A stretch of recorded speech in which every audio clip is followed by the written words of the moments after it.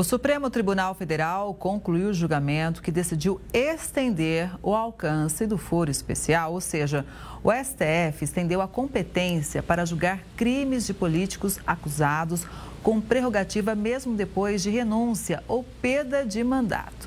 Para a gente entender melhor esse tema, vamos fazer conexão agora com o professor de Direito Constitucional da Universidade Federal Fluminense, o Gustavo Sampaio. Doutor, seja sempre muito bem-vindo ao Conexão. Boa tarde. Boa tarde, Kelly. Boa tarde a todas e a todos.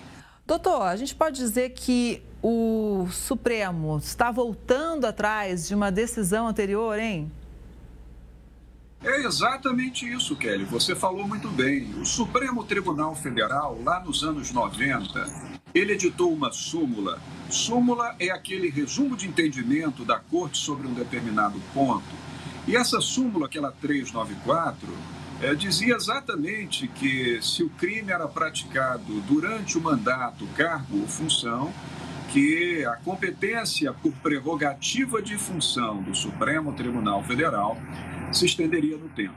Em 2018, houve um precedente importante, Kelly. Foi o julgamento da ação penal 937. Nessa ação penal, um ministro suscitou uma questão de ordem que foi acolhida pelo Supremo Tribunal. E o Supremo Tribunal Federal passou a entender que ele só teria competência na prerrogativa de foro para julgar os crimes praticados durante o ofício e em razão do ofício. E que se aquela pessoa acusada perdesse o cargo, o mandato ou a função, o processo instantaneamente desceria à primeira instância, que julga as pessoas todas do Brasil, comuns, como nós aqui. Agora, o Supremo Tribunal Federal parece voltar às origens, até com uma agravante. Agora, ele estabelece que, se o crime foi praticado durante o mandato, cargo ou função, mesmo que a autoridade o tenha perdido por renúncia ou por expiração do tempo, e mesmo que o inquérito para investigar tenha começado depois do fim do mandato, conserva-se a competência do Supremo Tribunal Federal na prerrogativa de foro. Parece que é esse, Kelly, o momento atual do entendimento da nossa Suprema Corte. Agora, doutor, quais foram as justificativas, apresentadas pelo Supremo para essa mudança? O entendimento que o Supremo Tribunal Federal agora está, digamos, não utilizando, mas reutilizando, porque isso foi invocado no passado, é o de que, se aquela pessoa acusada, por ser uma autoridade, por deter prerrogativa de foro no Supremo Tribunal Federal, ao tempo em que praticou o crime, ora, se o crime foi praticado, diz agora o tribunal, ao tempo em que a autoridade era autoridade, então se justifica que o Supremo Tribunal Federal continue tendo a competência para processar e julgar aquele acusado. Agora, é só bom lembrar, Kelly, para esclarecer, que o foro por prerrogativa de função, que é essa causa de determinação de competência que preserva autoridades para que elas não sejam julgadas em primeira instância, nem sempre é do Supremo Tribunal Federal. O Supremo Tribunal Federal tem prerrogativa de foro quando o acusado é o presidente da República, deputado federal, senador, ministro do próprio Supremo Tribunal, ministro de tribunais superiores, os 4 tribunais superiores, ministro de Estado e chefes de missão diplomática de caráter permanente e ministros do Tribunal de Contas da União. Esses são os que são julgados no Supremo Tribunal Federal quando acusados de um crime.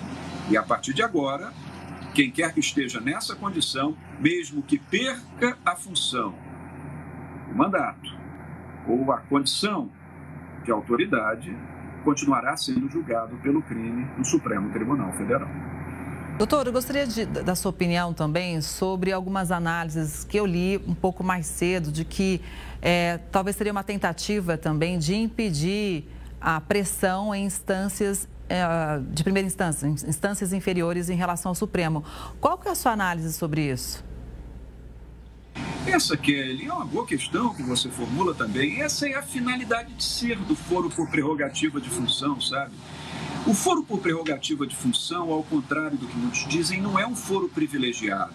Não é um foro criado para proteger a pessoa, e sim para preservar o mandato, o cargo ou a função. Ou seja, como se sabe que aquela autoridade é uma autoridade que tem muito destaque por ser membro do Poder Legislativo, do Poder Judiciário, do Poder Executivo ou do Ministério Público, por ser uma pessoa de grande magnitude na vida pública, a Constituição entende, isso está na Constituição da República, que se essa autoridade for acusada em primeira instância, aquele juiz de primeira instância, o juiz da localidade, que é independente, autônomo para julgar as pessoas comuns, pode sofrer uma pressão política excessiva, uma pressão social excessiva, que quebre, que comprometa a neutralidade e a imparcialidade do julgamento. Então, a Constituição, em relação a esses casos, diz: é melhor que essas autoridades sejam julgadas diretamente num tribunal.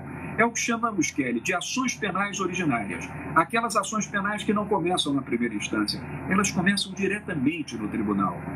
E em relação a essas autoridades que eu te mencionei, por serem as mais importantes da República, acaso acusadas, a acusação vai diretamente ao Supremo Tribunal Federal. Essa é a razão de ser, e esse é o motivo pelo qual hoje o Supremo Tribunal Federal reafirma seu entendimento de que a competência da Corte, mesmo que o mandato tenha terminado ou mesmo que tenha havido uma renúncia, deve se preservar no Supremo Tribunal Federal.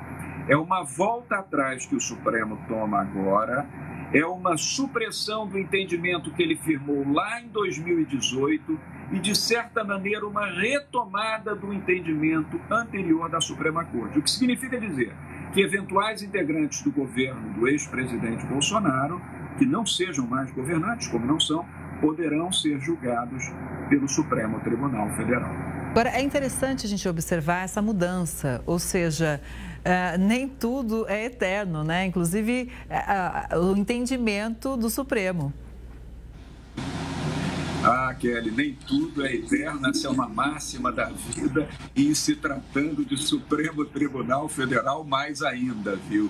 É preocupante isso. Esse é um dado preocupante, porque o Supremo Tribunal, ele é a mais alta corte judiciária da República. É quem mais deve prover o quê, Kelly?